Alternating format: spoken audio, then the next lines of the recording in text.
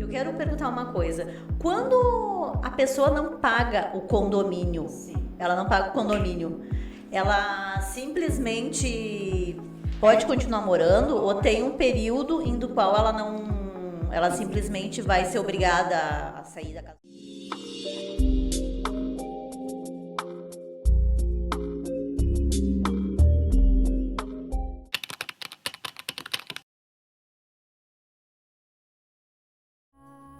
É um grande amor essa terça-feira fria no Rio de Janeiro. Olá, queridos ouvintes da Rádio Tropical Web Brasil, você conectado com o mundo e o mundo ligado em você. Eu, Michele Ramos, terapeuta sistêmica e consteladora familiar, estou aqui, acolhidinha, nesse frio do Rio, com o programa Conscientizando, Conscientizar para Evoluir. Estou aqui muito feliz de estar novamente com vocês, aprendo muito nessa rádio, espero também deixar um legado eterno na vida de cada um que esteja nos ouvindo. Hoje eu tenho uma convidada especial, nós vamos falar sobre um tema bem interessante, principalmente um tema atual. E eu quero dizer para vocês que hoje eu vou falar sobre conflitos, conversas difíceis, para ser bem direta, e o quanto isso atrapalha as nossas vidas, porque as pessoas não sabem se comunicar, as pessoas não sabem se expressar, as pessoas não sabem se falar. E hoje no meu Instagram eu abri uma caixinha de pergunta, @michelleramos.terapeuta, eu abri uma caixinha de perguntas com a seguinte pergunta: qual o tema que você tem dificuldade de conversar com a pessoa que você se relaciona? E aí, né, tu aproveita e manda pro 21 97 159 1211 qual é o tema que tu tem dificuldade de conversar com teu parceiro, com a pessoa que tu te relaciona, aquele que te paralisa de verdade. Esse é o tema que a gente precisa olhar, porque as nossas relações, elas transformam a nossa vida e abrem caminhos para que a gente possa seguir com a prosperidade, com o sucesso, com o autoconhecimento, com o autocuidado. Nós precisamos de pessoas. E tudo tem um porquê, nós que demoramos para entender. Baseado nisso tudo, eu quero dizer para ti que quando a gente fala sobre esse olhar de conversas difíceis, é que nem quando o pai chamava para conversar, né? E ele dizia assim: vamos conversar quando chegar em casa. Então isso toca um gatilho na gente. E é sério, isso é muito sério. Toca um gatilho nas pessoas de quando a gente diz assim: nossa, vamos conversar. Quando chegar em casa a gente vai conversar. E a gente já sabia que ali vinha uma havaiana de algum lado, aconteceu alguma coisa ali naquele movimento. Olhar para tudo isso é entender que hoje na vida adulta, quando tu fala sobre conversas difíceis com teus parceiros, tu entende que é sobre tu entender, respeitar o sistema dele e olhar para o teu sistema. E o que fala essa conversa difícil? É que tu não tá olhando para quem tá do teu lado. Ah, Michele, por que eu tô falando isso? Porque o tema que mais rolou na minha caixinha, inclusive, se tu quiser passar lá no meu Instagram, @michelleramos.terapeuta, e deixar, né, a pergunta lá, meu tema da minha conversa difícil, eu vou te responder. Quando eu saí de casa, eu li muito sobre dinheiro. E a grande maioria das mulheres diz assim: a minha maior dificuldade é falar sobre dinheiro com meu esposo.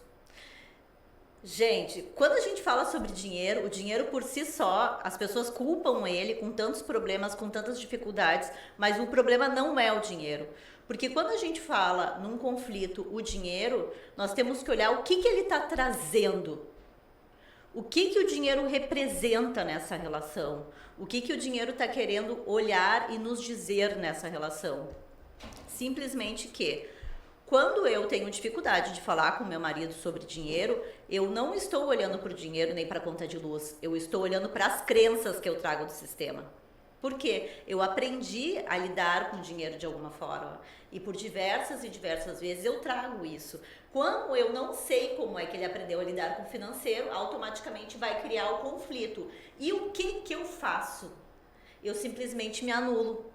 Porque eu não quero ter que lidar com com essa situação. Porque é difícil eu mostrar que eu estou no controle, ou até mesmo dizer a ele que eu tenho razão. E aí eu me anulo.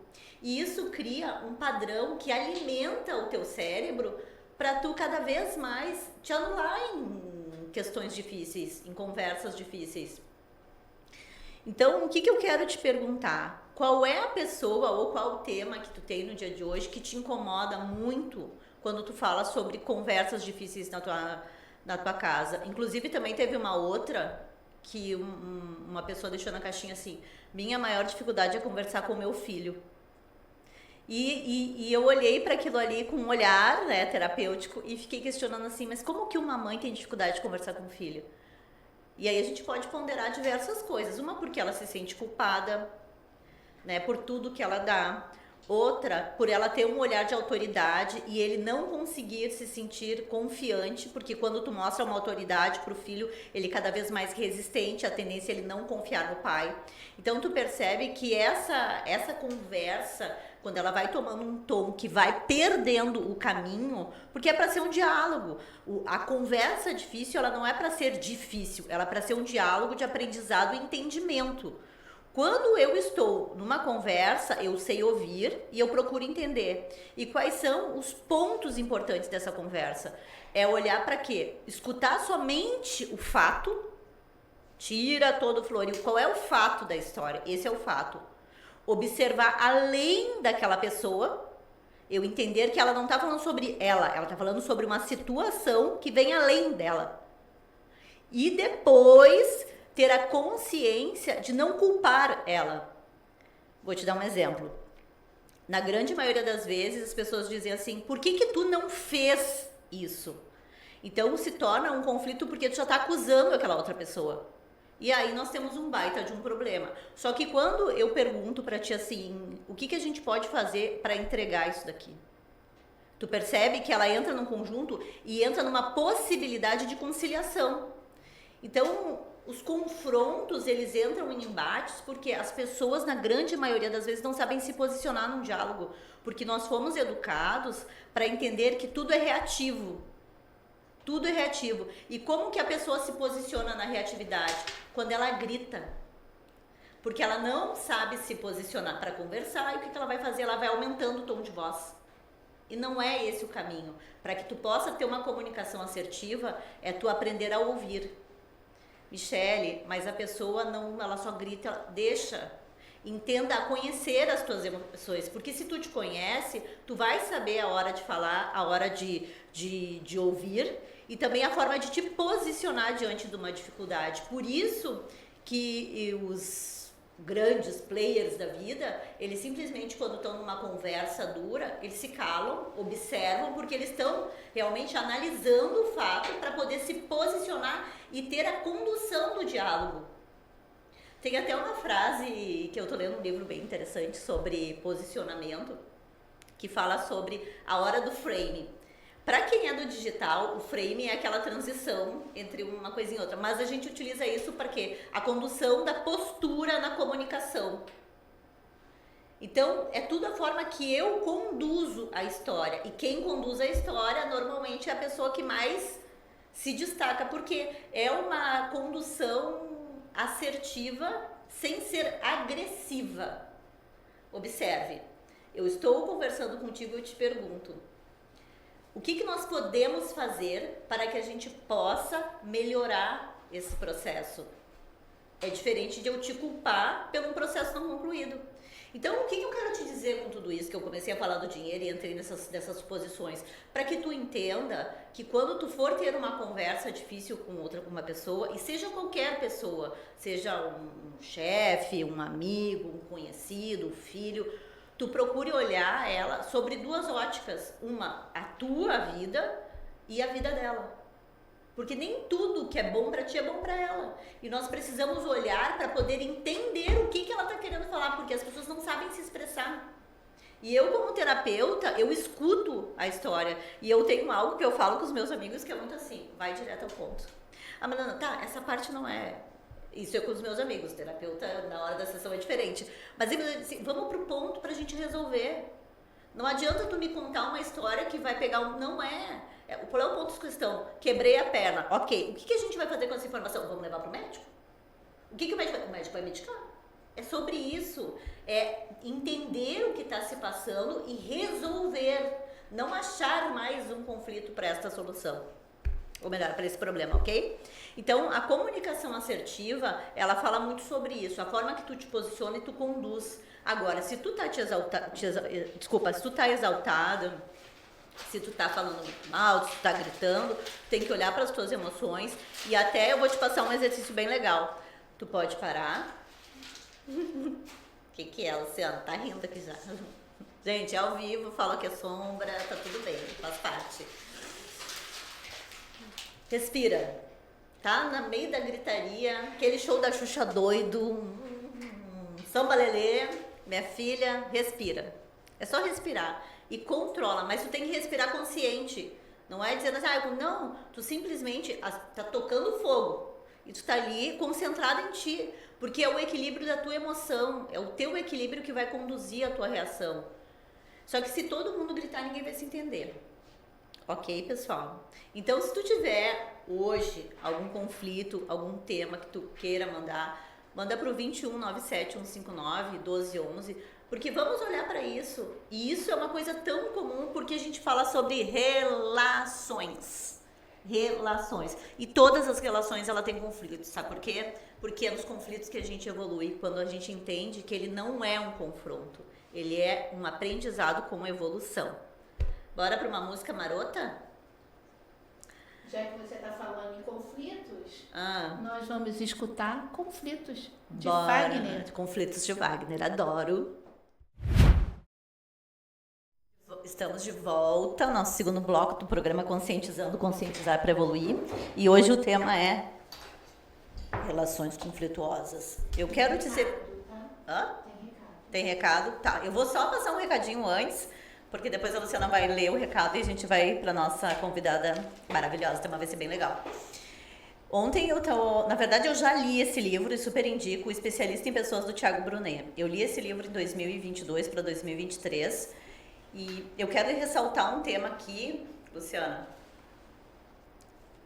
Pode fazer o frame para nós, pode gravar. Eu tô anotando aqui as mensagens. Hoje tá tenso. Hoje tá balado o negócio. Isso que a Evelyn nem começou a falar, né? Então, eu tô lendo um livro do Thiago Brunet que se chama... Volta de novo, é ao vivo, gente. Eu tô fazendo um corte. Ela é tudo aqui, essa garota. Eu estou lendo pela segunda vez o livro do Thiago Brunet, Especialista em Pessoas. E ele é um livro incrível, assim, principalmente para quem quer se posicionar e ter uma comunicação assertiva. E tem uma parte, no segundo capítulo, se não me lembro, que ele diz assim, Jesus nos ensinou a nos comunicarmos. Porque até ele tinha as suas pessoas estratégicas. Então, como é que ele separava os blocos dos amigos? Estratégicos, necessários e íntimos. E aí, nas palavras de Thiago Brunet, ele diz assim, que Jesus tinha como os amigos estratégicos aqueles que ele precisava para subir no monte, contar seus feitos e as pessoas levarem adiante o seu acontecimento. As pessoas necessárias eram aqueles 12 apóstolos que ele tinha na volta, que ajudavam ele a administrar a equipe do evento. E os íntimos era quem ele sabia quem ele verdadeiramente é, o homem de Nazaré. E eu quero dizer para ti, a parte mais importante disso tudo é que ele já estava nos ensinando a como nos relacionarmos, nos comunicarmos com pessoas e entender que existe uma ordem. E eu sempre falo para vocês aqui no programa Conscientizando a Ordem, que existe o primeiro lugar, o segundo lugar e o terceiro lugar. No caso dele, entrou os amigos estratégicos necessários e os amigos íntimos. E o que eu quero dizer contigo? Coloque as pessoas em classificação. Isso não é errado. Vai ajudar a tua vida e vai te evitar muito conflito. Leve para a vida. Aproveitando todo esse gancho, tem um recadinho aqui. Pode falar? Pode. Tem vários. Tem a Joana Pereira, que ela falou que está acompanhando realmente ela mandou mensagem na Conexão de que transforma no momento clássico e agora está mandando para você. Muito obrigada. Ela é de Lisboa. Beijo. Adoro essa gente pessoa de Lisboa. É o bairro Baixo Alto, tá? Bairro Baixo Alto. Cristina Lins, minha tia, tá na escuta. Ai, querida, um beijo. Quero te conhecer. Adorando, tá? Quero te conhecer, Cristina Lins. A Janaína Martins, que já é sua ouvinte assídua. Oi, Michele, estou aqui ligada em você. Ótimo tema. Parece que você está falando para mim. São Paulo. Cadê? 61 9117.89, que a gente não pode falar aqui, também não sei quem é, tá escrito assim, Deus é fiel. Fala da caminhada lado a lado, porque às vezes a outra pessoa acha que estamos cobrando muito. Gente, isso é importante, principalmente quando a gente fala sobre as relações. Né? E aí é sobre o que eu repeti lá atrás, mas eu vou complementar. O que é a caminhada lado a lado? Não é só tu entender o lado dele, é ele olhar o teu lado também. Porque vocês vieram de sistemas diferentes. Para que a conversa flua, é necessário ter uma vulnerabilidade. Essa vulnerabilidade faz com que o casal se una. E é preciso respeitar o espaço. Só que quando alguém não está respeitando, entra nesse conflito. Não adianta tu dizer para ele que tu é uma boa parceira se ele não teve essa educação em casa. Aí cabe vocês dois a entrarem em comum acordo e estarem dispostos a fazer essa relação dar certo. E aí é onde entra, a gente sai do nosso sistema de origem, que é onde a educação que a gente traz do pai e da mãe, e entra na construção de uma família nova, com os nossos valores, acrescentando aquilo que a gente não recebeu. Por isso que quando a gente fala na relação sobre lado a lado e parceria, a importância de tomar consciência da comunicação para que eu respeite o lado do outro e que o outro também me veja como uma pessoa comum. Mas tem uma frase hoje que eu ouvi de uma amiga e vai complementar isso que nós estamos conversando. Ela fez um passeio muito legal esse final de semana com o namoradinho dela e eles estavam com um pessoal assim, viajaram. E ela disse assim, Michi, tu não sabe, nós conhecemos um casal e esse casal que disse pra ele, né, nossa, vocês são parceiros. E além de vocês serem parceiros, com tudo que eles viveram, vocês são parceiros, tu percebe que às vezes ela se sacrifica por ti. E ele não tinha se dado conta nisso, E aí ela disse assim, Michi, ele parou e me olhou e ele mudou essa forma de se posicionar. Então tu percebe, o homem, ele tem essa lentidão, não adianta, é isso, o homem tem essa lentidão.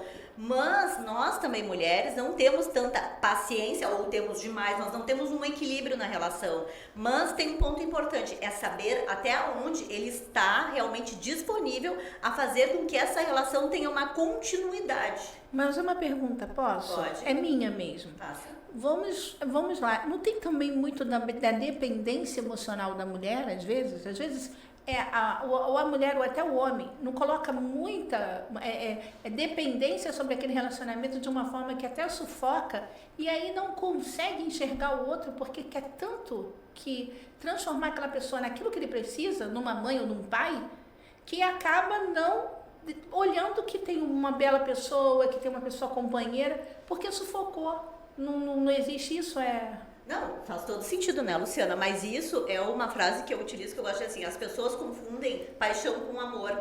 O amor, ele é construído com amizade, com respeito, com tudo no dia a dia. A paixão, hoje em dia, ela se transformou em amor e é tudo muito rápido. Então, tu entra numa relação, num sentimento de posse, tu namora, tu casa, tu ultrapassa a ordem dos processos e o que acontece? Daqui a 6 meses tu vês que não era. E aí tu percebe que é um looping de dependência emocional total. O que eu tô buscando nessa pessoa? Uma mãe? Ou o que eu tô buscando nesse cara? O pai. E inconscientemente tu acaba projetando no teu parceiro e buscando aquilo que ele não tem pra te dar. Porque ele não é o teu pai e ela não é a tua mãe. E aí começam os conflitos, porque começa a comparação. Eu vou ficar na casa da minha mãe ou eu vou ficar na casa do meu pai. E aí começam os conflitos nas relações. Então tu percebe, a dependência emocional, ela vem por uma falta de clareza quando tu te relaciona com uma pessoa. Entender que essa pessoa, ela também tem dor, ela tem medo, ela tem insegurança. E cabe a cada um se entender que relacionamento é coisa de adulto e até onde essa pessoa está disposta a seguir nessa relação. Ou seja, até onde ela está se permitindo ser vulnerável, até onde ela está se permitindo conhecer e realmente passar o extraordinário. E aí é ter que confiar. E é a parte que aí eu digo que já é um jogo de adulto, né? Confiança nem todo mundo tem, principalmente nos dias de hoje. Mas o que a gente vê no mercado hoje? Um monte de adolescente, ou melhor, de adulto infantilizado, querendo se relacionar, achando que tá brincando de boneca ou de boneco. Por quê? Eles acham que as pessoas têm que fazer o que eles querem. Não é o jogo, não é esse. Aí começa o problema nos conflitos das relações, da comunicação não assertiva, porque o básico tem que ser feito. E hoje em dia nem o básico é feito. E aí a gente já entra num tema muito longo aqui. Eu tô com uma entrevista, vou entrevistar uma menina incrível, mas eu espero que o 61 tenha tido a resposta. Eu penso que tu deve sentar e conversar com o teu parceiro e saber até onde realmente ele está disposto a seguir nesta relação para ser realmente uma caminhada lado a lado. Porque até então tu deve estar caminhando sozinha. E posso fazer só um complemento? Pode. E não é uma questão de idade, não. Não. Porque ontem eu tive uma experiência com um jovem, tá? Num problema de um relacionamento que eu tentei conduzir.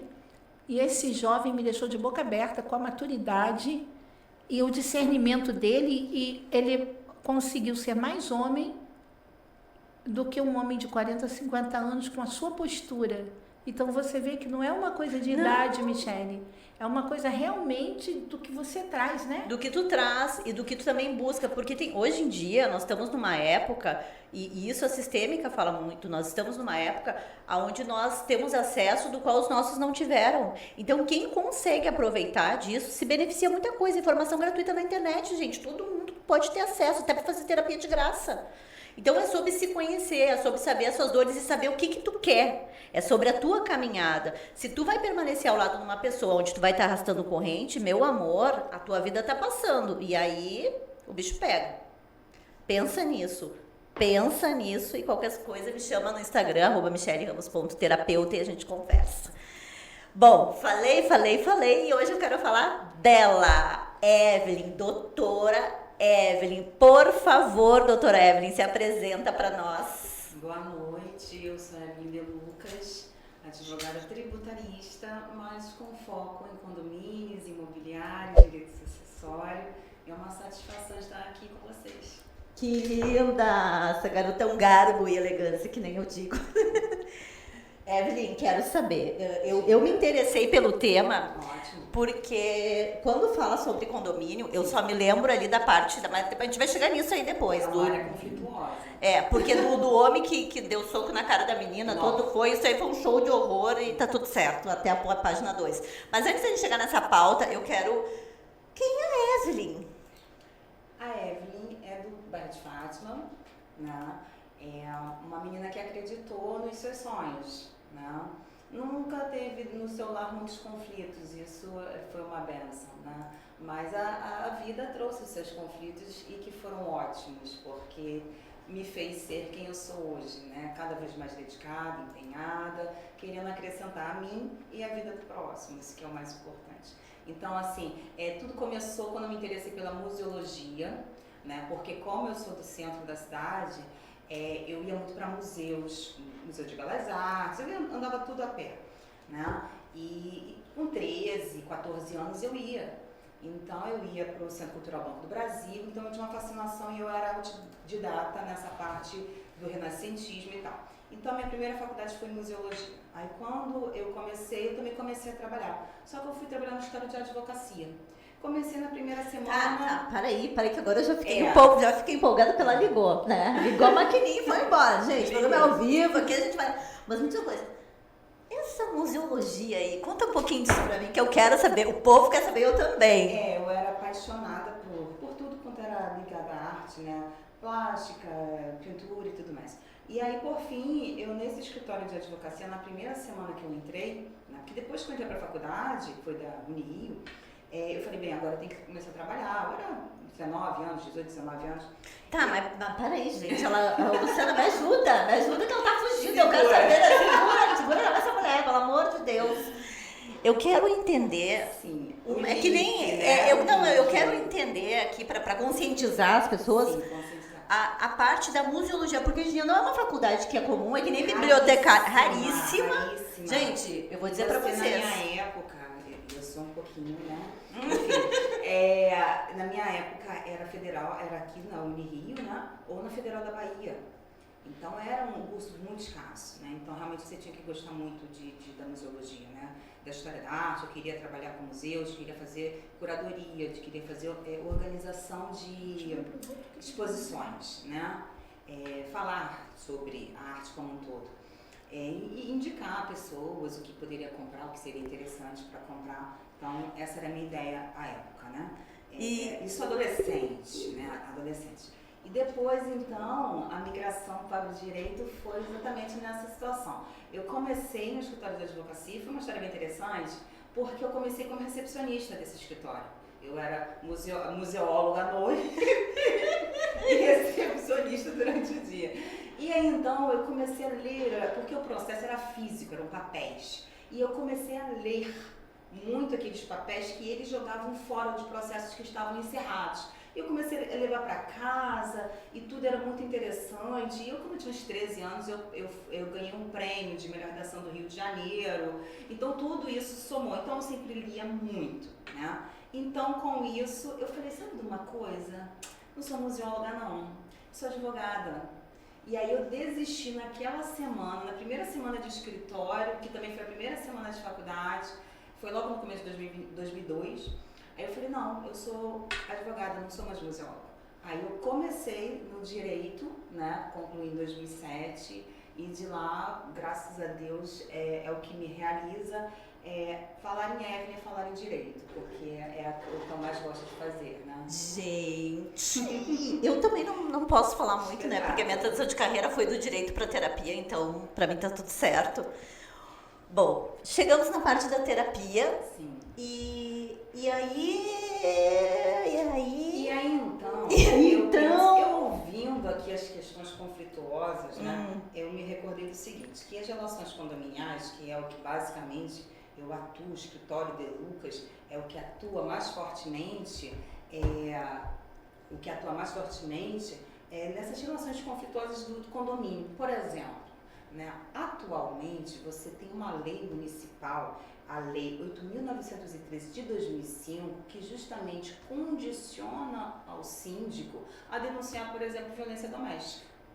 então será que foi por isso que aquele síndico que viu o rapaz bater na menina, uma coisa é uma coisa, outra coisa é outra coisa.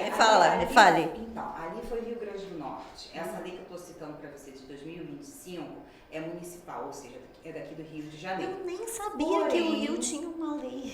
Mas ela é muito fresquinha, ela é agora de 2025. Porém, assim, você percebe que existe uma tendência, né? Porque já tem um precedente em São Paulo, aí você tem essa lei municipal aqui do Rio de Janeiro, né? Então, assim, pelo princípio da especialidade, né, que é o princípio que vai delimitar uma determinada matéria, porque o direito é bem interessante, ele é lato sensu, ele é abrangente, ele tem regras gerais. São as regras, por exemplo, do Código Civil, que trata das relações condominiais, né? Mas você pode ter uma lei municipal, como essa atual, a 8.913 de 2005, que pode regular questões muito específicas como relação doméstica. Tá, mas eu quero saber, quando se fala em condomínio, eu já me lembro de todos os conflitos que eu tive no condomínio. Som alto, briga de morador, aquele show da Xuxa doido. Mas eu quero saber, assim, quais são os tipos de conflito, porque tem que ter uma comunicação assertiva do síndico com a pessoa que reside lá. Como é que lida com isso? Vocês, que eu sei que tu também, o Érico também tem um escritório, né, de advocacia, dessa parte sindical. Digamos que eu advogo por tabela. Eita! Como eu comecei, tá? Foi como eu comecei. Não, então, eu tô na faculdade, tive que trancar Tá agora, vendo? mas assim, você acaba advogando, não tem como. Ela era recepcionista porque você acaba escutando, você acaba vendo a lei, você acaba já dando instruções, ele não tá, você já faz, isso aí vem. Vem ao natural. Como agora, eu tô me pós-graduando em terapeuta, através do conscientizando. E é uma coisa interessante, você começa com uma profissão, por exemplo, você é recepcionista, e aí depois você vai para trabalhar como estagiária, e assim vai, e a vida vai se abrindo. Mas em relação aos condomínios, eu percebo que o conflito mais, digamos assim, tradicional é na parte da inadimplência, né? Quando você mexe no bolso do morador, aí normalmente as relações ficam mais conflituosas, né? É onde o síndico ele deve observar aquele condomínio que tem uma postura de ter uma inadimplência reiterada, deve logo de imediato buscar um advogado especializado na área de cobrança de execução para tratar daquela inadimplência para ela não ficar volumosa. Deixa eu perguntar uma coisa, isso é curiosidade minha, gente, mandem perguntas para o 2197-159-1211. Eu quero perguntar uma coisa. Quando a pessoa não paga o condomínio, Sim. ela não paga o condomínio, ela simplesmente Pode continuar morando ou tem um período em do qual ela simplesmente vai ser obrigada a sair da casa? Não sei como é que vocês chamam. Perde o imóvel. Perde o imóvel. Veja bem, tudo é um processo, literalmente é um processo, né? É um processo de conhecimento, é um processo de execução. Agora ficou mais fácil, né? Em 2016 teve uma modificação, você pode estar com uma execução direta. Significa que o processo fica muito mais rápido, né? Mas você não tira uma pessoa de imediato porque ela é inadimplente. Mas qual é o período que ela pode ficar? Não tem um período. Não tem? Porque tem gente que mora 1 ano, 2 anos, 3 anos sem pagar condomínio. Não, porque ela vai poder dizer isso. O que acontece? Tem 2 coisas que você perde o bem. O bem, mesmo que seja seu único patrimônio, o fato de você dever o condomínio. E o outro eu esqueci. Tem um outro que é em questões trabalhistas, isso. Os 2 você perde o único bem. Tem situações específicas que você perde mesmo, que eles falam bem de família, que tem uma proteção absoluta, não tem, que são situações excepcionais, ainda que seja o único imóvel, o bem que a família mora. Agora, Michele, o condomínio tenta, ela sabe disso, tenta muito fazer com que a pessoa não perca o imóvel. Nós trabalhamos com alguns condomínios e funciona assim, a gente insiste para a pessoa pagar, insiste em fazer um acordo para que tudo fique feliz. Exato, para que a pessoa não perca o bem, né? E como é que tu conduz? O objetivo primordial é sempre o acordo, né? Como é que você inicia? Você inicia com uma notificação extrajudicial, né? Aquela notificação não tem eficácia, não tem retorno, ok. Aí você distribui uma ação. Pode ser uma ação de cobrança, uma ação de execução. Você vai ter todo o processo de citação, não é uma citação às vezes rápida, às vezes demora um pouco. Então, você vai ter um trâmite, vai ter uma sentença, você vai ter uma apelação, que é a possibilidade do recurso do réu, daquela pessoa que perdeu, na verdade. E, enfim, você vai ter todo um trâmite que pode durar 1, 2, 10 anos, a depender daquele debate. Eu tenho mais uma pergunta para fazer. Eu tenho uma paciente minha, e é verdade, eu tenho uma paciente minha de Minas, que ela comprou uma sala, e aí ela disse assim, ai doutora, tô com problema. Cheguei lá para pedir pro síndico o cronograma, não sei como é que chama, o prontuário, não sei como é que você chama, cada um tem seu nome. E ele disse que não tinha. Eu disse assim, como assim, gente? Como é que tu vai saber que horário que fecha, que abre o escritório? Assim? Falando da convenção e do regimento interno. Isso é obrigatório? Sim, claro. Não, isso é um documento natural e normal, são os atos constitutivos de um condomínio. Para saber como é que funciona o processo do prédio, né? Isso, uma convenção e um regimento interno. O regimento interno são as regras do dia a dia, o regimento interno mesmo, como é regido. Agora, a convenção são questões mais específicas sobre a assembleia, não é tanto do dia a dia, mas também se aplica. Tá. É a norma do condomínio. Vou aproveitar o gancho, vou tirar tuas dúvidas que eu sei que tu está assistindo, tá? No caso, ela comprou uma sala e é um prédio e todo mundo tem a sua sala comprada. Só que aí, algumas pessoas decidiram mudar a recepção.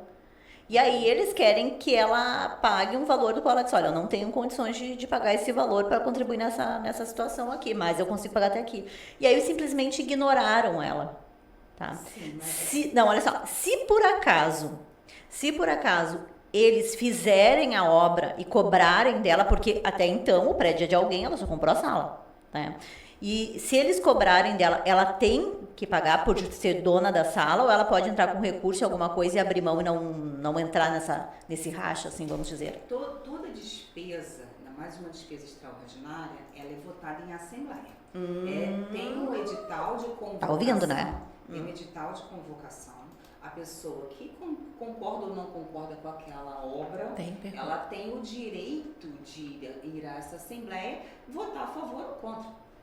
Então, ou ela não compareceu, ou o voto foi vencido. Então, na assembleia, a assembleia soberana, vence a maioria. Se a maioria decidiu que vai haver a recepção, os custos da obra será rateado por todos os condôminos, aqueles que participaram ou aqueles que foram voto vencido. Ela ainda me relatou algo que eu achei bem interessante. Ela disse assim, doutora, eu tentei conversar com eles, inclusive, porque eles têm um grupo no WhatsApp. Sim. E eu tentei conversar com eles, só que eles simplesmente me ignoraram, porque só tem homens e ela é a única mulher. Aí eu disse, bom, né? Aí a gente já sabe que o jogo é outro, né? Não, mas isso não é muito relevante. Né? Mas se ela pegar aquele documento todo que ela tem registrado, eu tento te ajudar. Ela tenta todos aqueles documentos que ela tem ali. Não. Essa questão mesmo de obra, de valor de cota extra, Isso aí provavelmente teve uma licitação, provavelmente mais de uma empresa concorreu para... E foi aprovado. Concorreu para essa obra, a maioria decidiu. Se são homens, mulheres... Isso é indiferente. Tem duas perguntas, sendo que tem uma que é bombástica. Qual você quer primeiro? Ai, manda a bomba, outra a gente toca água. A bomba é o seguinte. Juliana Cristina Zambini. Da onde ela largou o artístico para o jurídico? Na análise, o que faria ela mudar assim?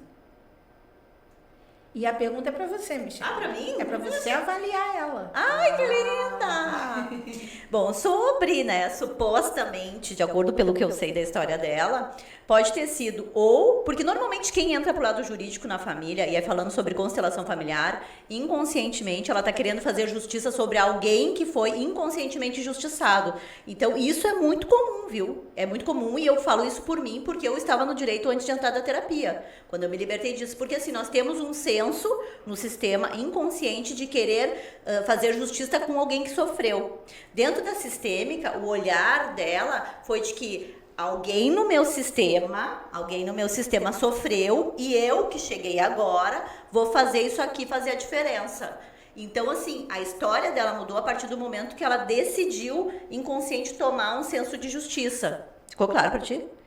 Normalmente, quando eu mudo de profissão Na verdade, subitamente. Subitamente. Obrigada, Luciana.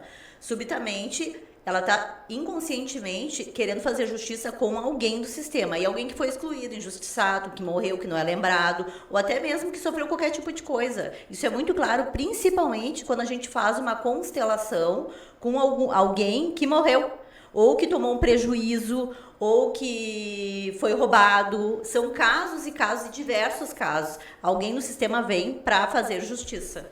Vamos lá. A segunda pergunta é a Miriam, que já é ouvinte da Rádio Miriam. Miriam, boa noite. Um beijo pra ti, garota. Pergunta para a Evelyn. Meu síndico é arrogante e distribuiu notificações para os condôminos. Muitas vezes ele tem razão na reclamação, mas uma simples conversa resolveria tudo sem estresse. Ele ainda tem mais 1 ano de mandato. Tem algo que eu possa fazer para tirar ele alegando arrogância? Quem dera. Não, Miriam, eu acredito que não, mas responde, Evelyn. Pois é. Veja bem. Por arrogância, não. Você tem outros motivos para, sim, afastar o síndico, por exemplo, desvio de dinheiro, uma série de improbidade na condução financeira administrativa daquele condomínio. Agora, por arrogância, por ser grosseiro, assim, se ele for um bom síndico, ele não tem nenhuma necessidade de ser simpático, né? Se ele for um bom gestor. Agora, para além das questões interpessoais, se ele é sociável ou não, aí só na próxima assembleia que vocês poderão constituir um novo síndico. Deixa eu fazer uma pergunta. E para os prédios que não tem assembleia, gente, como é que faz? Não, mas não tem como não ter. Não tem como não ter. Existe um regimento. A assembleia, ela é uma reunião. É a famosa reunião de condomínio. Isso, uma famosa reunião de condomínio. Ela pode ter 2 pessoas. É uma assembleia. Se não for um quórum qualificado, o que é um quórum qualificado? É uma quantidade obrigatória de pessoas a depender da matéria que vai ser analisada e votada, tá? Mas se são matérias corriqueiras do dia a dia, você não tem um quórum qualificado. Então você pode, com 2 pessoas, por exemplo, aquilo que as 2 pessoas assim decidirem, valerá para o prédio todo. Tá? Gente, então, imagina. É muito importante. Então a pessoa não tem interesse em participar, a pessoa não toma conhecimento, é uma opção. Mas todo condomínio tem uma assembleia, nem que seja uma conversinha ali na portaria, é uma assembleia. Eu já fiz assembleia em prédios pequenos, de 6 unidades, 5 unidades, em que a gente não tinha espaço. A gente aprovou, inclusive, uma convenção na parte de uma varanda. Foi uma varanda, assim, né? É um prédio Laranjeiras, ali tem muitos prédios pequenos. Né? E então a gente estava ali na varanda, ali a gente aprovou a nova convenção. Evelyn, posso te fazer uma pergunta? Sim. Quando você foi museóloga, não é isso? Como é que é o nome? Museologia. Vamos lá. Quando você iniciou, era uma Evelyn. Sim. Porque quem gosta de artes, quem gosta de música, são pessoas extremamente sensíveis, uma alma muito, né, adocicada, uma veia artística muito aflorada. Eu vejo flores, né? Eu vejo flores em você, né? Digamos assim. Inclusive, eu vou botar essa música Titãs para você. Como foi depois? Como é que foi se perder entre a Evelyn, eu vejo flores em você, da Evelyn, a advogada, porque é diferente, a pancada é grande, eu sei que eu faço, então a gente, né? Você consegue ainda ter contato com a primeira Evelyn? Sim, na realidade... Isso são anos de experiência aqui no Conscientizando. Não, na realidade, a produção que eu faço é artística. Porque cada petição que eu faço é algo realmente não, mas diferente. Não é isso que eu perguntei. Não, o que eu tô falando... Você foge. Eu estou falando esquece as suas petições, eu estou falando da Evelyn. Então, a Evelyn menina, ela ainda existe na advogada? Pronto. Sim. Então, você conecta ela? Conecto. Olha, Cico, eu vou contar uma história nossa que depois vai falar. Então, a produção de uma petição, hoje em dia as coisas são muito mecanizadas. Né? Mas assim, qual era a intenção da museologia? Eu tinha um nicho específico. O que eu queria eram obras de arte plástica. Não era questão de música, era muito conhecer os pintores, organizar exposições. Seria, e que é lindo mesmo. Né? Então, basicamente, era isso. É o meu olhar.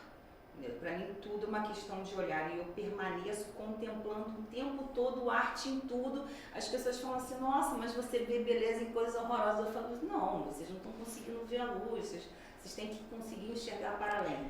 Né? Então, escrever também é uma produção artística.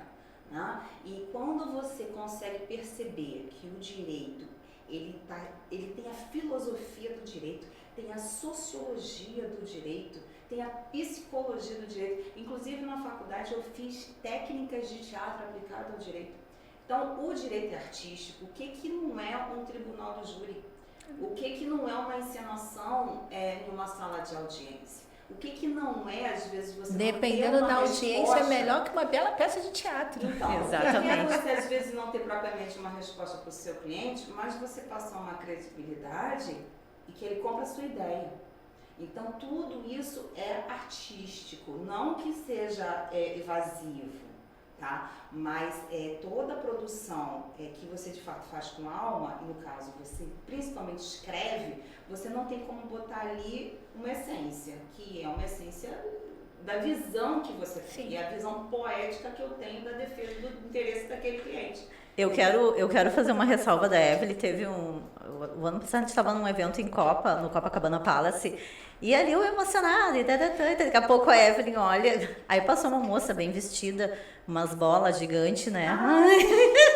Gente, antes do Copacabana Palace, e a moça vestida, aquelas roupas típicas, assim, que chama atenção e tudo mais, e era uma coisa bonita, não era feio, tava bonito.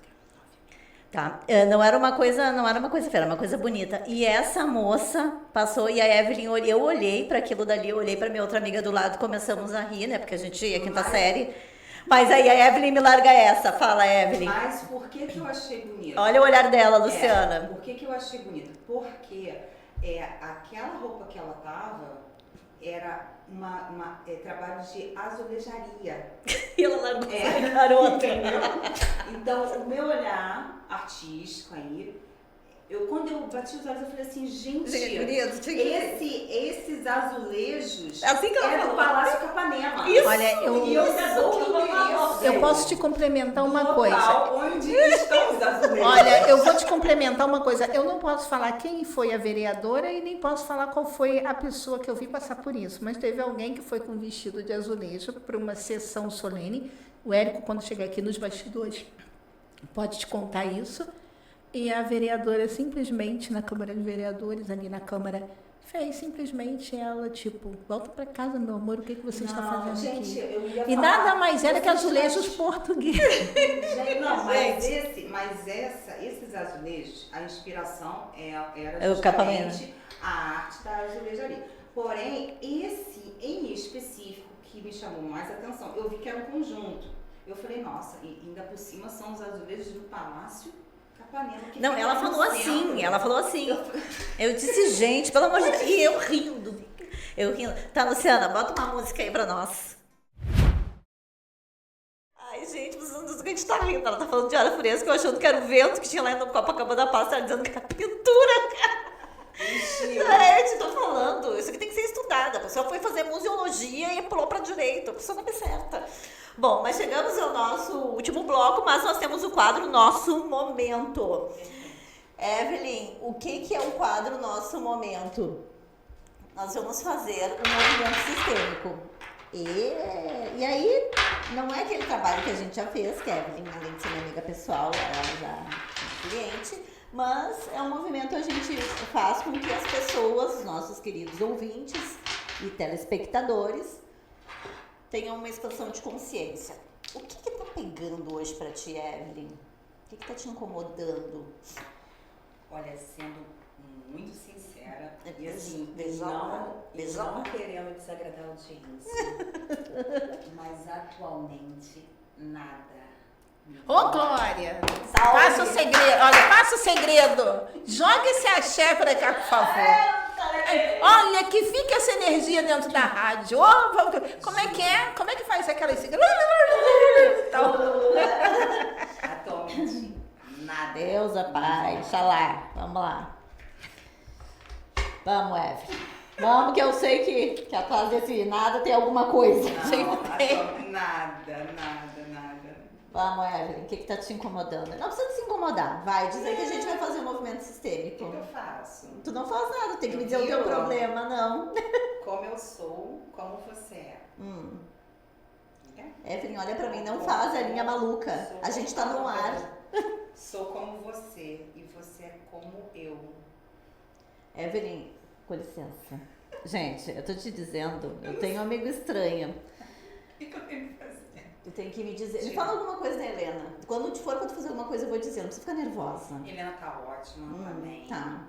Né? Tá Helena é a filha, gente. Tá melhorando no colégio. Ótimo, Aí saiu um excelente. problema. o Tá, colégio. viu? Então tá, vamos olhar pro problema da Helena. Mas tá melhorando. As portas estão Tá, mas melhorando. é a Helena, tá, gente? É. A Helena é a filha dela. Isso, Tá. linda, maravilhosa.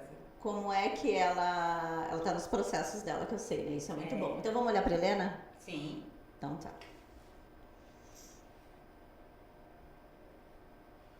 Como é que eu vou fazer? Eu vou colocar uma intenção e tu vai colocar aqui na intenção da Helena, tá? E aí a gente vai abrir pra ver como é que é. Esse tu pode pegar e colocar em qualquer lugar.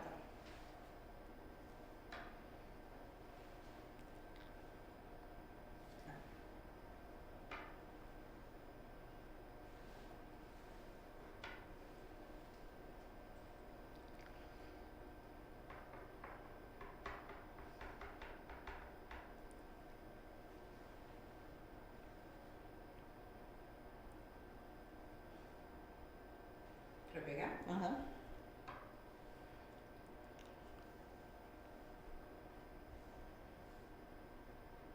Tá. Pega esse, a cabecinha tá caindo, se você não tá.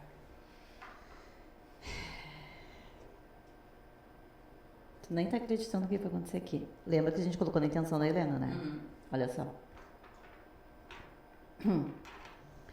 Esse aqui é tu. Esse aqui é o pai da Helena. Essa daqui é a Helena. Essa daqui é a escola. E esse aqui é a vida. O que acontece aqui, Evelyn? As dificuldades que a Helena tem de olhar para a vida é simplesmente a falta do pai. Que é algo que tu vem trabalhando já nela, né? Dentro das terapias e tudo mais. Porque ela olha para a vida estando do teu lado, mas ela não consegue seguir no mundo. Porque o mundo é a escola. Por isso que ela tem esses conflitos dela. E aí, quanto mais, né, ela se posicionar e entender que o pai está dentro dela, mais ela vai conseguir se posicionar diante da vida. Esta é a vida da Helena, tá? Escola atualmente. A escola atualmente, sim. Porque o que é a escola? A escola é o mundo, é quando a menina vai, a gente vai pra pré-escola, a gente vai pro primeiro ano, segundo ano. Quando a gente se posiciona desse movimento, é quando a gente tá indo pra vida, pro novo da vida. A gente tá saindo da casa da mãe e tá indo pra... Só que a questão dela toda é a falta do pai. Sim. E esse posicionamento faz com que ela tenha esses conflitos. A partir do momento em que ela começa a se conectar com o pai, de acordo com as coisas que tu já vem tratando, aí sim ela vai se sentir segura. Olha aqui a distância, Helena e colégio. E olha a vida aqui, ó. Tu percebe? Ela segue a vida por tua causa. Sim. É tu que faz esse movimento dela. A gente sabe que é nítido isso, né? Que é tu que faz esse movimento dela. Mas a questão maior aqui é a conexão dela da lembrança do paterno. E aí esse problema é de vocês. E vocês têm que fazer. Por quê? Estou fazendo bastante, mas é uma caminhada. É uma caminhada. Porque assim, ela sente falta do pai. Sim. E é falta de conexão. Porque inconscientemente nós excluímos os nossos pais quando eles morrem, quando eles se separam. Enfim, por N motivos. Mas nós como filhos, eles estão dentro de nós. E a gente precisa aceitar que esse era o tempo deles, de tudo que eles viveram, com o que eles tinham para viver. E essa é a parte que a Helena não tem consciência ainda. Né? Mas aí é sobre um olhar materno. Eu não quero me aprofundar muito aqui, mas nesse movimento... O colégio está alinhado à vida, mas a conexão maior dela da escola será quando o pai tiver mais nessa conexão interna, sabe? Ser lembrado. É interno, ponto. Interno e nessa conexão, ser lembrado, ser mostrado fotos, essas coisas assim, coisas que conecta a criança com o paterno para ela entender que ela não foi abandonada. Não foi, entendeu? Era uma situação, enfim, a situação era essa. As pessoas morrem, né? Faz parte da vida, né? Então, por favor, tira uma carta na intenção da Helena e leia para nós. Independentemente do que aconteceu no passado, a vida foi preservada. A vida foi preservada, só que a gente precisa aprender a lidar com essas dores. Ok? Esse foi o quadro Nosso Momento, né? E para vocês entenderem que quando a gente faz uma constelação, no caso isso não é uma constelação, é só um movimento sistêmico, porque a Evelyn tem uma filha que se chama Helena, e quando a mãe quer fazer na intenção do filho, ela consegue, porque essa conexão é como a mãe e o pai, essa conexão, ela é conexão de vida. Então fazer o movimento do filho é saber o que ele está sentindo. E aqui casou direitinho com a história da Helena, porque ela é minha amiga. Bom, aproveitando o gancho, Evelyn, por favor, suas considerações finais. Minhas considerações finais, em todo momento em que você tiver um conflito no condomínio, né, que é a minha área, você deve buscar um escritório jurídico especializado, como De Lucas Advogados, né? Nosso @ é Evelyn De Lucas Advogado, você vai me encontrar muito facilmente. Então, busque sempre um bom profissional em toda a área do conhecimento, no meu caso, o direito condominial. E eu estou muito feliz em mais um programa Conscientizar para Evoluir, a todos que participaram e são os meus ouvintes. E agora o Eric Herrera voltou para nós, estamos todos felizes e eu também. Um beijo para vocês. Então você vai ficar mais feliz com o que eu vou te dizer. Primeiro, uma advogada muito linda e inteligente. Obrigada. Eu gosto de ver pessoas bonitas, adoro. Segundo, 565 pessoas deixaram de assistir a novela Vale Tudo e estão assistindo você. Obrigado, meus amores. Que é uma briga de... Não, é uma emissora, né? Gigantesca. A gente aqui, uma emissora de radiofônica, está lá na briga. Então, nós tiramos 560 pessoas estão aqui, ó. Muito obrigada. Então, temos que... Só que não é daqui só do Brasil. A gente precisa enfatizar que Lisboa, hoje teve aqui Canadá. Então tem pessoas aqui ligadinhas, pedindo música. Então a gente está realmente... Muita gratidão. Muita. Tem que agradecer. Parabéns, Michele. E eu também vou falar aqui uma coisa. O seu programa, ele é muito mais que um programa de entretenimento. O teu programa, ele tem a mesma pegada que o programa do Eric Herrera. O Eric Herrera, que fala sobre o momento clássico, é justamente para trocar a arma da mão do jovem e colocar um violino. É trazer esse jovem para a cultura. O seu programa, ele é um programa que ajuda o próximo. Quantas pessoas não têm condições financeiras de ter um terapeuta? Quantas pessoas não sabem o que era uma terapia? Quantas pessoas têm vazios e quantas declarações nós temos aqui de que você já está ajudando? A sua conexão, por exemplo, com essa moça de São Paulo, que se faz, e que hoje você falou para ela, sabe-se lá o que ela estava passando nesse momento? Ou sabe-se lá quantas pessoas você livrou de se matarem, de se suicidarem com as suas palavras? Então, pensa naquilo que você leva na casa das pessoas, porque você hoje é uma pessoa de utilidade pública. Muito obrigada, Luciana, pelas suas palavras. Pessoal, muito obrigada pela audiência. Vocês sabem o quanto eu cresci aqui no Conscientizando, a minha postura, minha forma de falar, mas o meu jeito é esse, eu sou atrapalhada, comigo é o preto no branco, vambora, lesco, não tem muito coisa. A vida é isso, não posso fantasiar algo que se tu me encontrar na rua, por favor, me abrace, diga, olha, tu é a guria do Conscientizando, a guria dos bonequinhos, pode me abraçar que eu gosto de abraço. Fale comigo, eu não tenho problema nenhum, eu me comunico com as pessoas, tá? Eu quero agradecer vocês nessa terça-feira fria no Rio de Janeiro, pessoal dos outros países, muito obrigado pela audiência. Verão nos outros países. Ah, tá, desculpa, é frio no Rio de Janeiro, gente. Eu tenho consciência do meu trabalho e esse é o meu propósito de vida, transformar a vida de pessoas, e quanto mais pessoas eu alcançar com um pouquinho do meu conhecimento, já vai ser maravilhoso pra mim. Um beijo, aguardo vocês na próxima terça-feira às 20h30 e vai ser um programa incrível. Toca a minha música, DJ.